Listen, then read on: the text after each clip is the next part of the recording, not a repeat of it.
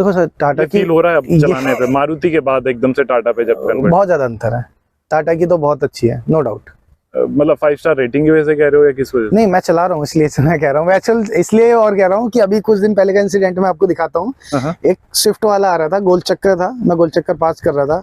नमस्कार दोस्तों, आप देख रहे हैं ड्राइव विद स्टार चैनल। आज मैं फिर से अंकित भैया के चैनल पे, पहले भी आप लोग मुझे कई बार देख चुके हैं। आज मैं आप लोगों को बताने वाला हूँ मेरी टाटा टिगोर के और भी काफ़ी सारे वीडियोस आपने देखे हैं। आज मैं इसका आपको दूंगा 20,000 किलोमीटर का जो ऑनरशिप रिव्यू है।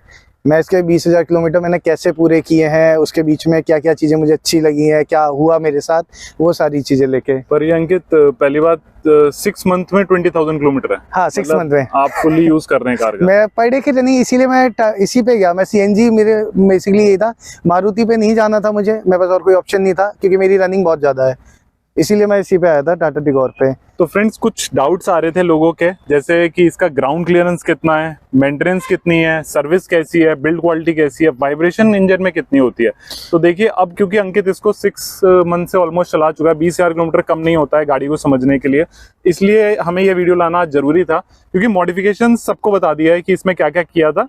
अब बात आती है कि ड्राइविंग में एक्सपीरियंस कैसा है। पहले तो सबसे स्टार्ट करते हैं हम, ग्राउंड क्लियरेंस कैसा है? ग्राउंड क्लियरेंस का बहुत अच्छा है। मैं इसे 20,000 किलोमीटर में ऐसा नहीं हमेशा रोड पे ही चलाई है, कई जगह गड्ढे भी आए हैं, कई जगह गाँव के रास्ते में खराब भी होते हैं, बहुत सारी ऐसी जगह जहाँ काफी गड्ढे हैं, कहीं इसने कोई दिक्कत नहीं दी है। जो इवन आपको दिखा सकते हैं, अभी हम जिस जगह पे लेके आए हैं, जो रोड से सेक्शन था वो काफी स्टीफ था, हम उसका भी एक छोटा सा क्लिप डाल देंगे। आप देख सकते हैं कितना इजीली वहां से चढ़ गई है। बहुत इजीली चढ़ी है, मतलब पता ही नहीं चला है कि वो इतना मतलब ऑफ रोडिंग का। कभी ऐसा लगा कि जहाँ से ब्रेजा या और गाड़ियां निकल रही है मैं स्टक हो जाऊंगा? नहीं, बिल्कुल भी नहीं, बिल्कुल नहीं। अल्टो में मुझे ये डर बहुत लगता था कि जब अल्टो में ब्रेकर से भी निकालता था तो मुझे लगता था नीचे ना टच हो जाए, जबकि इसमें एक फुल साइज का आपका सिलेंडर, और वो भरा हुआ सिलेंडर हो चाहे खाली हो, उससे कोई फर्क नहीं पड़ता। इसका सस्पेंशन बहुत अच्छे हैं, नो डाउट, बहुत अच्छे हैं।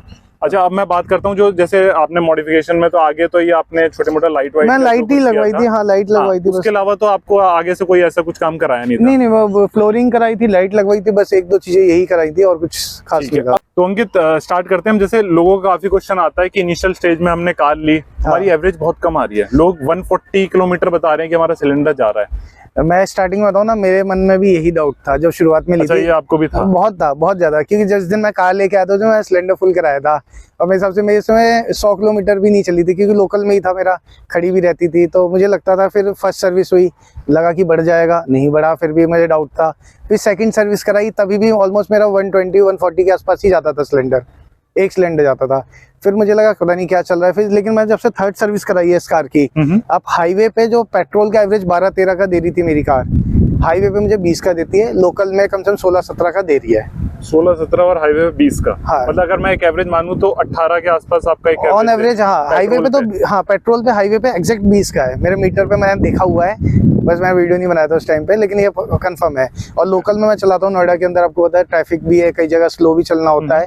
और दूसरी चीज, ये चलाने के ऊपर भी डिपेंड करता है लोगों का कि कौन ब्रेक ज्यादा यूज करता है। मतलब अगर लाइट फुट चला रहे हो तो अच्छी एवरेज देगी, नो डाउट। थोड़ा ग्रेजुअली करके इंक्रीज हुआ, एकदम से नहीं हुआ, स्टार्टिंग में नहीं हुआ, क्योंकि स्टार्टिंग में मैं शिफ्ट हुआ मारुति से, हो सकता है शायद मेरे चलाने का तरीका कुछ और हो, लेकिन ये है कि स्टार्टिंग में नहीं होता है। अंकित, ये एक्चुअली है, काफी लोगों के क्वेश्चंस आते हैं उस पे कि हमारी कम चल रही है। बेसिकली आज का वीडियो बनाने का मेन रीजन यही है। वो भाई लोग जिन्होंने मतलब टाटा टिगोर ली है, यही वाली स्पेशली सीएनजी वर्जन में, उनका यही कंसर्न था कि स्टार्टिंग में उनको एवरेज नहीं अच्छा आ रहा है, तो एक मन में डाउट आता है। तो वीडियो पे काफी कमेंट्स आ रहे थे। नहीं, वो तो है खैर, ये मेरे में भी डाउट था, मैं भी और लोगों की वीडियोस देख लेता बीच में, क्या पता कहीं मेरी कार में कोई, क्योंकि होता क्या, जब इंसान नई कार खरीदता है ना और एवरेज नहीं देती है, तो मन में ये डाउट होता है ऐसा तो नहीं कोई मैन्युफैक्चरिंग डिफॉल्ट है। ओके, तो ये डाउट हर किसी का ये क्लियर है कि अब। और अगर मैं बात करूँ सीएनजी कितनी जा रही है? सीएनजी की ऑन हाईवे एग्जैक्ट 200 किलोमीटर मेरा एक सिलेंडर चलता है, 7.2 कुछ आती है, मतलब 2 भी आ जाती है, कभी 4 भी आते हैं। हाँ, मतलब 7. और ये अलग बात है कि रेट बढ़ गए हैं सीएनजी के, इसलिए उतना ज्यादा फर्क नहीं है,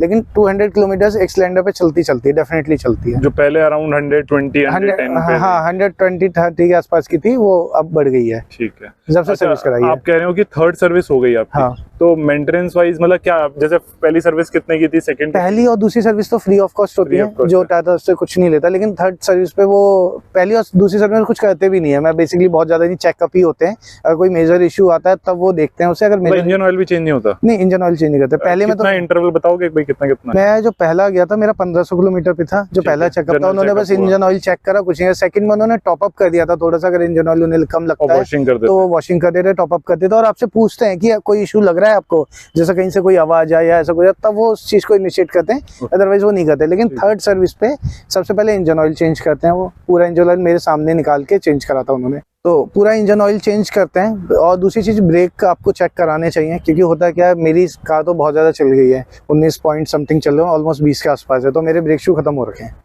ब्रेक शू खत्म हो गए? मतलब खत्म नहीं, मतलब ऑलमोस्ट खत्म होने की कगार पे हैं, तो मैंने अभी चेंज नहीं कराए हैं, मैं कराऊंगा चेंज अभी। तो ये 2-3 चीजें होती हैं। आपका फिल्टर चेंज होना चाहिए, एयर फिल्टर, जो सबसे कंपलसरी है। शू हो गए, आपका इंजन ऑयल हो गया, ब्रेक ऑयल हो गया, ये सारी चीजें आपको चेक करानी चाहिए। बाकी अगर आप वहाँ पे अपने सामने तो खैर नहीं कराने देते, लेकिन अगर आप इंजीनियर से बात करोगे तो कोई मेजर इशू होता है, वो आपको बुला के दिखाता है पार्ट्स। नॉर्मल सर्विस वो मना करते हैं सामने देखने के लिए? नहीं, मना तो नहीं करते, लेकिन वो जनरली अगर हर कोई कस्टमर वहाँ जाके खड़ा होने लगा तो उन्हें अनोइंग सा लगता है कि इंजीनियर काम कर रहा है, उसके सर पे खड़े हैं, तो वो लोगों को थोड़ा सा लगता है, इसलिए। तो कितने की हुई थी आपकी वो सर्विस? मेरी हुई थी ये 5000 कुछ की पड़ी थी मुझे। तो कोई एक्स्ट्रा पार्ट नहीं डला? और नहीं, ब्रेक शू के लिए अगर मैं डलवाता तो 3000 मुझसे एक्स्ट्रा कॉस्ट कर रहे थे ब्रेक शू के लिए, तो वो मैंने अभी करवाई नहीं थे। तो ओवरऑल जैसे कितना टाइम लग गया था कराने में? सर्विस को तो मैं कम से कम 3 घंटे छोड़ दी थी गाड़ी।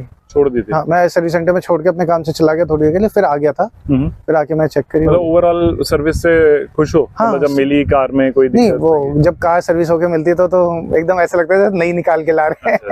नहीं, वो सर्विस के बाद तो अच्छी हो जाती है। खैर वही है कि चलने के बाद थोड़े आपके नॉइस आने लगती है, जैसे काफी टाइम इसमें जैसे इतनी चल गई है 20,000 किलोमीटर, कुछ रेटलिंग नॉइज आ रही है कहीं से? मुझे ना शीशों की लगती है, जैसे जब आप गड्ढों में चलाओगे ना, तो जो नई गाड़ी थी तब शीशों की आवाज जैसे हिलने की नहीं होती है, वो कम थी, अब थोड़ी सी लगती है, लेकिन जब मैं सर्विस करा के लाता हूँ फिर वो ठीक हो जाती है।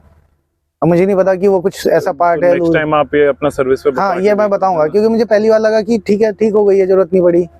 अब मैं जाऊंगा तो मैं नोट कराऊंगा ये चीज। मैंने अच्छा, मतलब मेनली कहा जाता है कि टाटा की कार और किसी और पे जाने में कि टाटा की बिल्ड क्वालिटी बहुत अच्छी है।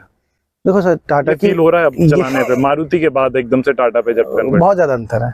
टाटा की तो बहुत अच्छी है, नो डाउट। मतलब 5 स्टार रेटिंग की वजह से कह रहे हो या किस वजह से? नहीं, मैं चला रहा हूँ इसलिए मैं कह रहा हूँ, एक्चुअल इसलिए और कह रहा हूँ कि अभी कुछ दिन पहले का इंसिडेंट मैं आपको दिखाता हूँ। एक स्विफ्ट वाला आ रहा था, गोल चक्कर था, मैं गोल चक्कर पास कर रहा था, ऑलमोस्ट वो भी ज्यादा स्पीड पे नहीं था, लेकिन चल रहा था। उसने ध्यान नहीं दिया था, बात कर रहा था वो किसी से, और मैं आधी गाड़ी निकल चुकी थी, उसने आके मेरे ड्राइवर दरवाजे पे मारा है। मैं आपको दिखाता हूं। जैसी स्पीड पे एक राउंड अबाउट पे होते हैं, हाँ, उस पे स्विफ्ट से आपकी डर। अच्छा, ये है, मैंने ये देखो, मैं आपको दिखाता हूँ ये। और ये ऐसा नहीं है कि दिखने में नहीं लग रहा है, ये एकदम पिचक चुका है। उसका ये स्विफ्ट का पेंट है, ये यहाँ से बम मुड़ी है, ये यहाँ से है, ये यहाँ पे देखेंगे आप, ये पूरा ये यहाँ पे, और जबकि उसका बम्पर खत्म हो चुका था, ये मान लो। तो ये अब इंश्योरेंस? हाँ, इंश्योरेंस है इसमें, और कोई, क्योंकि मैं बाहर से कराने में एक तो पेंट की क्वालिटी वो नहीं आएगी। नहीं, डेफिनेटली। तो और फिर इंश्योरेंस फायदा भी क्या, मतलब जब लिया भी है तो। फ्रेंड्स, मैं आपको एक बार अपना स्पीडोमीटर दिखा देता हूँ, ताकि आप लोगों को ये विश्वास हो कि मैं सही बोल रहा हूँ। मेरा स्पीडोमीटर इतना है, क्योंकि एवरेज बहुत बड़ा कंसर्न हो जाता है लोगों के लिए। तो फ्रेंड्स, मैं आपको अपना स्पीडोमीटर दिखाता हूँ, अगर आप देख पा रहे हैं तो। ये अभी ट्रिप ए पे लगा हुआ है मेरा। अब मैं आपको ट्रिप बी दिखाता हूँ, और ये है आपका ODI जो आपका एक्चुअल मीटर होता है। तो 19,810, अब मैं इसे 20 कह सकता हूँ, कम 20,000। वो शाम तक या कल तक हो जाएगी, वो पूरी हो जाएगी। तो एसी का परफॉर्मेंस कैसा लग रहा है? मतलब क्योंकि देखो, इतने किलोमीटर चलाने में हर चीज बहुत क्लियरली पता लग चुकी है। देखो, एसी का मुझे, अगर मैं अल्टो से कंपेयर करूं तो उसका कोई कंपैरिजन ही नहीं है, बात ही खत्म है।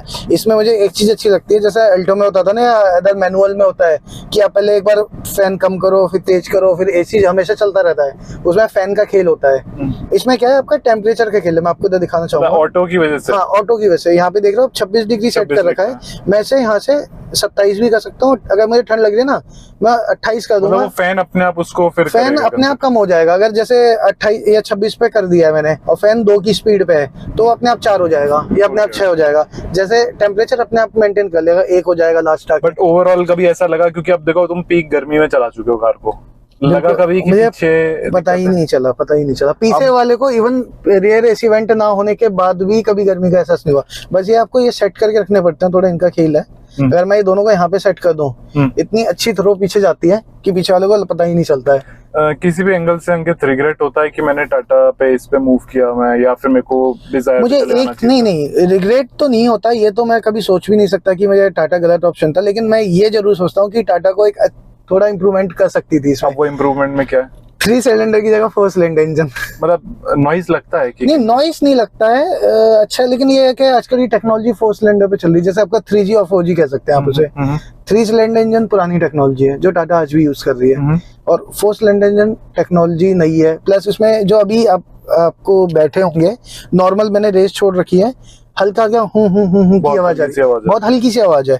4 सिलेंडर में ये आवाज भी नहीं मिलेगी आपको। डेफिनेटली, मतलब एक साइलेंट इंजन थोड़ा सा फील और ज्यादा होता है। हाँ, और ज्यादा होता है। एक फ्रेंड्स हम एक सेपरेट वीडियो उस पर भी डालेंगे। काफी लोगों ने मेरे से पूछा था कि वाइब्रेशन अंदर कितनी आती है कार में।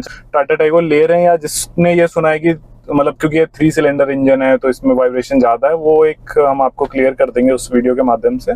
तो प्लीज चैनल को लाइक शेयर एंड सब्सक्राइब करिए और ज्यादा से ज्यादा प्यार दीजिए ताकि मैं और अंकित और आपके लिए अच्छे वीडियोस लाते रहें। नमस्कार।